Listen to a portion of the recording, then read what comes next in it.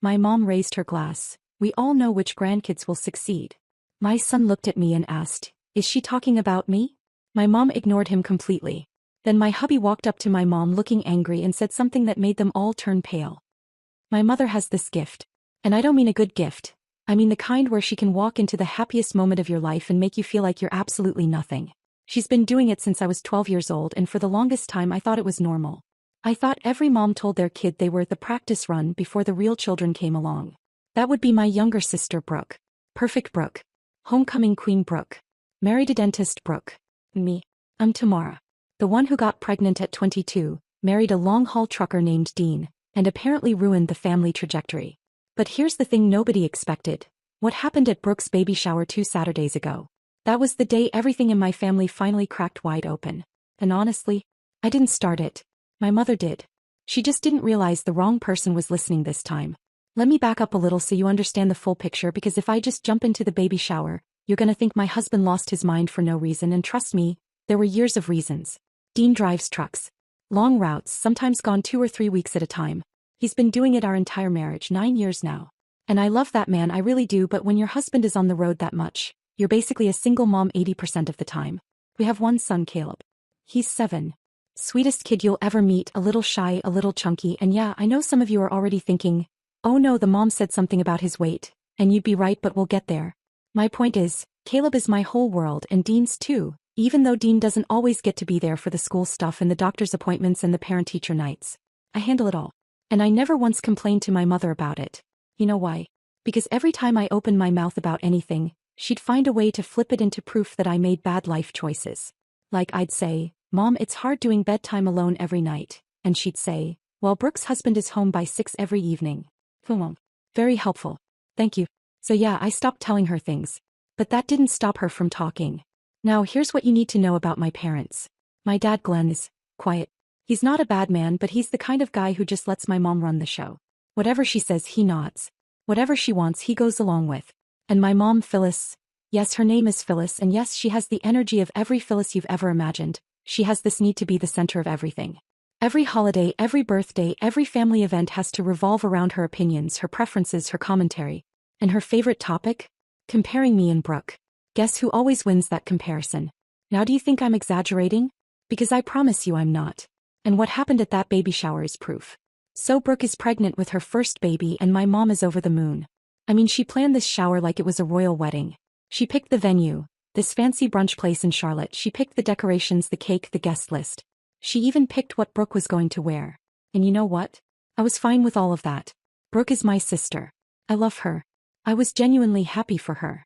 I even helped with the gift bags. I drove 45 minutes with Caleb in the back seat to be there early and set up chairs. But here's the thing that was different about this particular day. Dean was home.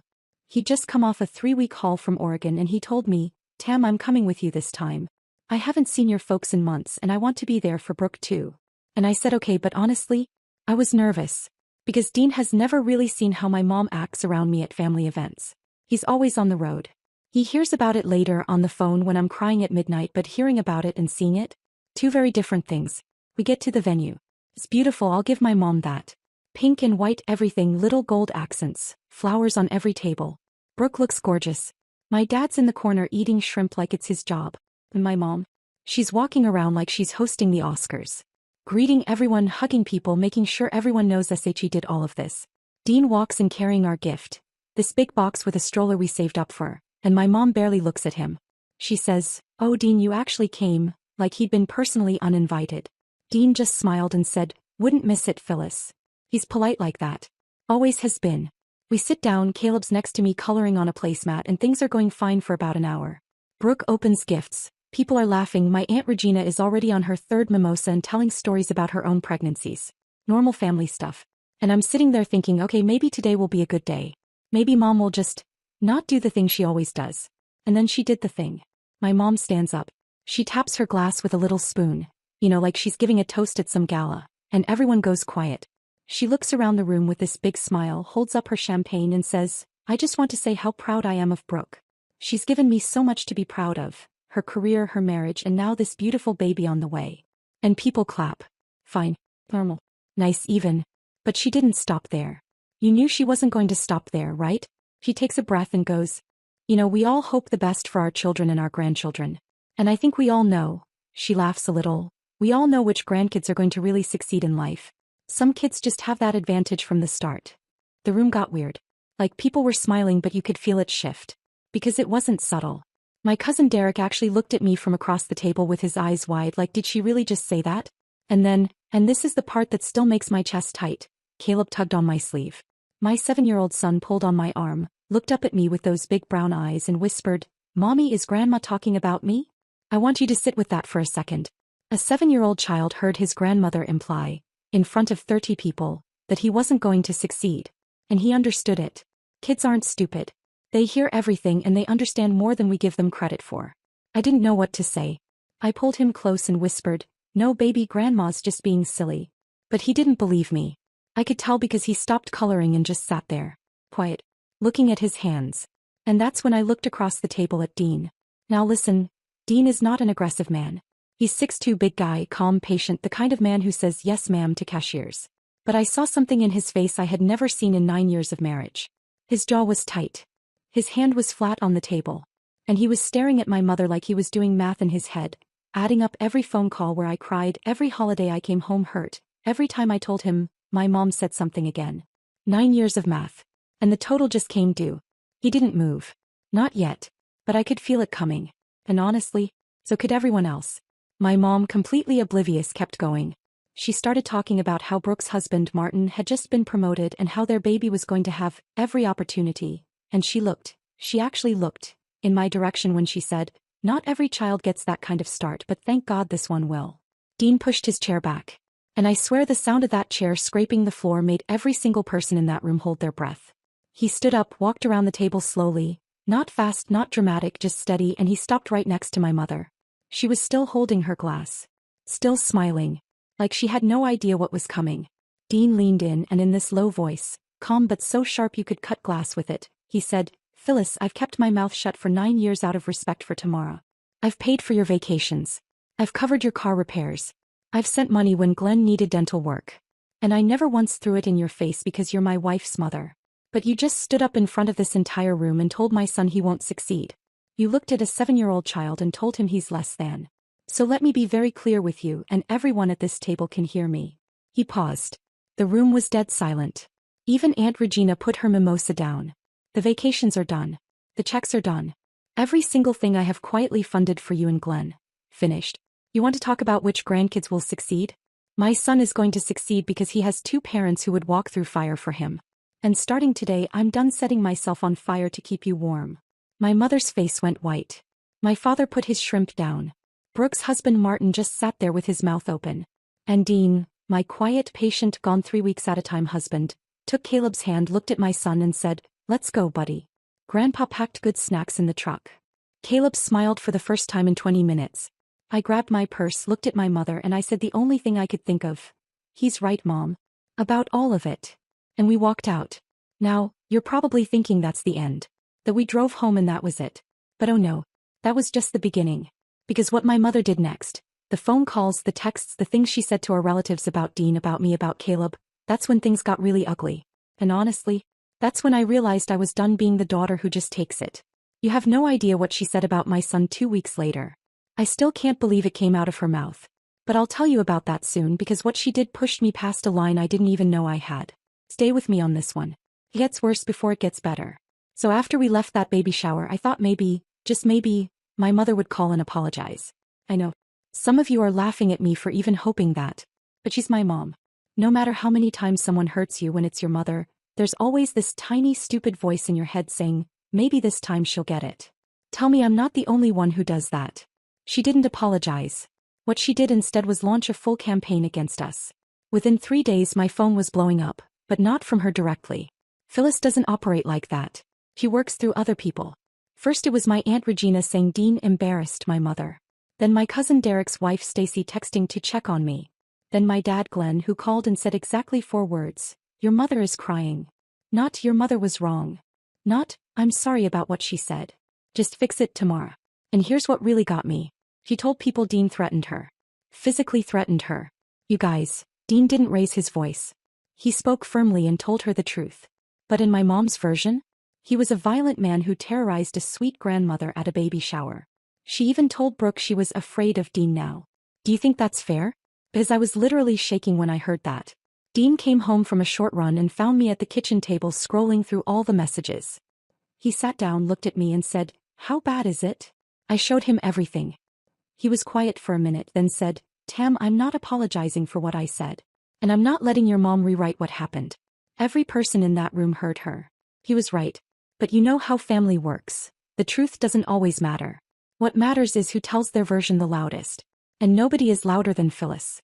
For about 10 days I just tried to stay out of it. Didn't call my mom, she didn't call me directly. I focused on Caleb, focused on my medical billing work from home and tried to let the dust settle. Dean went back on the road, a 10-day haul to Nevada, and it was just me and my boy. Then my mom showed up at my house. No warning. No call. Just her SUV in my driveway on a Tuesday while Caleb was doing homework. My stomach dropped. For a second I thought about not opening the door. But Caleb saw her and said, "Grandma's here," in this flat little voice that broke my heart because he used to get so excited when she came over. She walked in carrying a bakery bag. She always brings food when she wants to play nice, and said, "I'm not here to fight. I just want to see my grandson." That stupid little voice in my head again. So I let her in. She sat at the table with Caleb, asked about school, looked at his homework, gave him a cookie. 15 minutes of normal. And I thought, maybe Dean's words landed. Maybe she finally gets it. I went to the bathroom. Gone maybe 3 minutes. When I came back, Caleb's face was different. He was staring at his cookie, not eating it. And my mom was leaning back with this smirk I've seen my entire life, chuckling to herself. What happened? Oh, nothing, we were just talking. I looked at Caleb. "Baby, what did Grandma say?" Quiet at first. Then he pushed the cookie away and said, "Grandma said maybe I should eat less cookies because I'm getting too big. She said other kids are going to laugh at me. My son is 7. His pediatrician says he's healthy and growing exactly the way he should. He plays soccer on Saturdays. He rides his bike every day. He is a normal, healthy, beautiful child." And my mother sat in my kitchen, in my house, and told him to his face that kids would laugh at him for his weight. While I was in the bathroom. Because she waited until I left the room. You know that feeling when your blood goes hot and cold at the same time? That's where I was. "Get out of my house." She started with the act. "Oh, Tamara, I was just being honest, someone has to." "Get out. You're overreacting, I'm his grandmother, I have a right." "You have a right to nothing in my home. Get out. Now." She grabbed her purse, gave me this look like I was the most ungrateful daughter alive and said, "Brooke would never speak to me this way." I said, "Brooke wasn't in the room, Mom." "I was." She slammed the door so hard my kitchen window rattled. And Caleb started crying. Not loud, just quiet tears while he stared at his cookie like it was poison. I held him. I told him, "There is nothing wrong with you. Not one single thing. Grandma was wrong." He said, "Then why did she say it?" How do you explain to a 7-year-old that his grandmother is cruel? How do you answer that? I still don't know. I called Dean that night. He was somewhere in Utah. I told him everything. Long pause. Then he said, "That's it, Tam. We're done with quiet. It's time your family sees who your mother really is." And for the first time in my life, I agreed. So here's what we did. Dean came home 3 days later and took a full week off. No runs, nothing. He said, "This is more important." First thing he did was write a group text. Not to my mom. Not to my dad. To everyone. Aunt Regina, Cousin Derek and Stacy, Brooke and Martin, my Uncle Pat, my mom's best friend Donna, her card-night neighbor Linda. Everyone. It said, "This is Dean. I want to clear the air about the baby shower. Phyllis has been sharing a version that isn't true." I did not threaten her. I told her calmly that her words about my son were unacceptable. I also let her know I will no longer be financially supporting her and Glenn, which I've been doing quietly for years. Vacations, car repairs, medical bills. Tamara and Caleb deserve to have the truth out there. He showed it to me before sending. Said, "Your call, Tam." I hit send for him. Within an hour, everything shifted. Aunt Regina texted, "Wait, Dean's been paying for their vacations?" Derek called, "Your mom told everyone she and Glenn paid for everything themselves." Even Brooke sent a message, "Tamara, is this true?" About the car repairs and dental work. What my mother didn't count on. Dean had receipts. Bank transfers. Venmo history. 7 years of proof. And when people started asking questions, we had answers. My mom called me 11 times that night. I didn't answer. She called Dean 6 times. Nothing. Then she sent Glenn because that's what Phyllis does when she's cornered. My dad showed up the next morning looking tired and embarrassed and said, "Your mother wants Dean to delete that message." Dean stepped onto the porch and said, "Glenn, I respect you, but your wife told our family I threatened her. She shamed our son in our own home. And she's been lying about who pays for your lifestyle. The message stays." My dad stood there for a second. Then he said something that surprised me more than anything. "I know she goes too far sometimes." From Glenn. That was practically a whole confession. He left without another word. Now you're probably thinking things calmed down. The truth was out, people adjusted, everyone moved on. But no. Because Phyllis doesn't get exposed and just accept it. She doubles down. She always doubles down. And what she tried to do next, the way she went after us even harder, what she said about me to my own sister, that pushed me to do something I never thought I was capable of. I need you to be ready for this one. Because when someone comes after your child, something changes inside you. You stop being the nice one. You stop being the peacekeeper. And you become something else entirely. That's exactly what happened. So after Dean sent that group text, you'd think my mother would go quiet. Regroup. Maybe reflect. But if you've been following this story, you already know Phyllis doesn't reflect. Phyllis retaliates. 2 days later, Brooke called me. Her voice was off. She said, "Tam, Mom told me Dean got fired from his trucking company and that's the real reason he cut them off. She said you guys are broke." I laughed. Not because it was funny, because how do you even respond to that? Dean got promoted 4 months ago. He's a lead driver now, picks his own routes. We're doing fine. And my mother invented an entire lie about him losing his job just to save face. I said, "Brooke, Dean got promoted in January. I can show you his pay stubs." Brooke went quiet, then said, "She lied to me." Just flat. Like something clicked. Then she said something I'd waited years to hear. "I believe you. And I'm sorry about what she said at the shower. I should have spoken up. Do you know how long I waited for that from my sister? I almost cried on the phone. Now here's where Dean and I made our next move, and I need you to tell me, too far or exactly right." Dean said, "Your mom won't stop lying until she runs out of people who believe her. We show them the receipts." So that's what we did. He printed 7 years of bank statements, Venmo transfers, and text messages where my mother literally asked us for money. Texts like, "Dean honey, Glenn needs new tires, can you handle it? And can Dean cover the beach rental for June?" 7 years of treating my husband like an ATM while telling everyone she and Glenn were self-sufficient. We didn't blast it on social media. But when Aunt Regina came for her weekly coffee, I laid it all on the kitchen table. Every page. She read through it for 10 minutes, then looked at me and said, "Your mother told me she lent you money last year." I said, "Mom hasn't given me $1 since I was 19. Regina said, "I owe you an apology, honey." And here's the thing about Regina. She's loud, she's nosy, but she's fair. And once Regina knows the truth travels fast. Within a week, the entire family had the real story. That's when things crumbled for my mother. Uncle Pat called Glenn and said, "Your wife's been lying and it's embarrassing." Mom's friend Donna said she needed space. Even Linda, the card night neighbor, told her the shower toast was out of line. One by one, my mother's audience disappeared. For someone like Phyllis, someone who lives for the performance, who needs people watching and agreeing, that was the worst punishment imaginable. She was losing her stage. Then something unexpected happened. My dad called. Not with his usual "your mother is upset" script. He said, "Can I come see Caleb?" Just me. Glenn never does anything without Phyllis. But I said yes. He came over Saturday, sat on the floor with Caleb building Legos for 2 hours. Didn't mention my mom once. On his way out he said, "I should have stopped her a long time ago." From Glenn, that was a revolution. 2 weeks of silence from my mother. Nothing. And honestly, the silence was almost harder than the fighting. Then Brooke called and said, "Mom's not doing well. He barely leaves the house. He cries every day. She knows she messed up but doesn't know how to fix it." I said, she could start with an apology. But my real concern was Caleb. He'd started asking things like, "Am I fat, Mommy? And do you think I'm going to succeed?" Using that exact word. Succeed, because he remembered it from the toast. 7 years old, carrying those words like rocks in his pockets. I told Brooke, if Mom wants to fix this, she apologizes to Caleb first. Not me. Not Dean. To his face. And it better be real. A week later, a handwritten letter showed up in our mailbox. Addressed to Caleb. On actual stationery in my mother's handwriting. Said she was sorry. That what she said at the shower and in our kitchen was wrong. That he was a wonderful boy and she wanted to do better if he'd let her. Caleb read it slowly, looked up at me and said, "Is Grandma really sorry?" I said, "I think she's trying, baby." He said, "One more chance." But only one. 7 years old. More mature than most adults I know. A few days later, my mom called me for the first time in over a month. "Shaky," she said, Tamara, I know I don't deserve your time.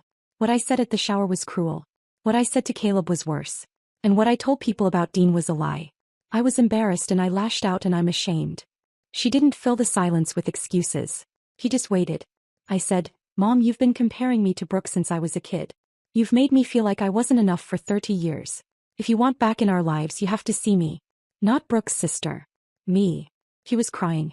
I want to try. Dean was less forgiving. He told her, Phyllis, one chance. Because Tamara's asking. But you will never speak to my son that way again. And the financial support is done permanently. She said, I understand. And she actually called Regina and Donna and corrected her own lies. Told them Dean never threatened her. Told them she'd been wrong. My dad said watching her make those calls one by one was the hardest thing he'd ever seen. Last Saturday we had dinner at our house. Me, Dean, Caleb, my parents. First time since everything. Awkward at first. But then Caleb showed my mom his Lego city and she sat on the floor with him and actually listened. She said, this is incredible, Caleb. You're so creative. And it wasn't fake. I could tell because she wasn't looking around to see who was watching. At the door she hugged me and whispered, I'm sorry it took all this for me to see it. I said, me too, Mom. Is everything perfect? No. Trust doesn't rebuild overnight. But for the first time I feel like my mother sees me. Not as the daughter who didn't measure up. Just as Tamara. And that's all I ever wanted. Caleb asked yesterday if Grandma could come to his soccer game. I said yes. That felt like everything. So that's my story. Messy, painful, and I didn't handle every moment perfectly. But sometimes things have to break all the way before they come back together stronger. If you're dealing with something similar, a parent who compares you, who tears you down, who makes your kids feel small, you're not crazy and you're not being dramatic. If you enjoyed this story, leave a like. It really does mean a lot. And if you would have done something differently or disagree with anything, drop it in the comments. I'm not perfect. I just did the best I could. Thank you so much for watching. Seriously, it means the world.